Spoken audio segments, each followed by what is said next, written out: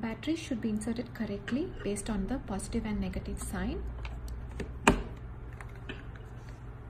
Make sure the machine is in the locked mode, that is, when you push it up, it's in the locked mode to insert the thread. The thread should pass from the bobbin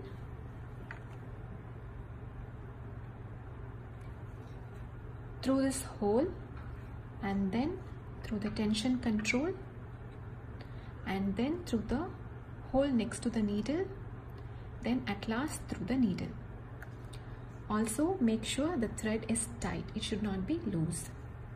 You can push and pull the needle up and down by turning it clockwise and anti-clockwise.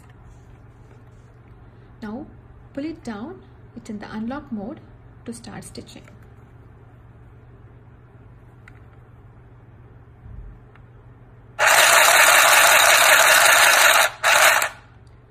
Once you are done with the stitching, make sure you leave at least 3 inches gap from the cloth and then cut the thread.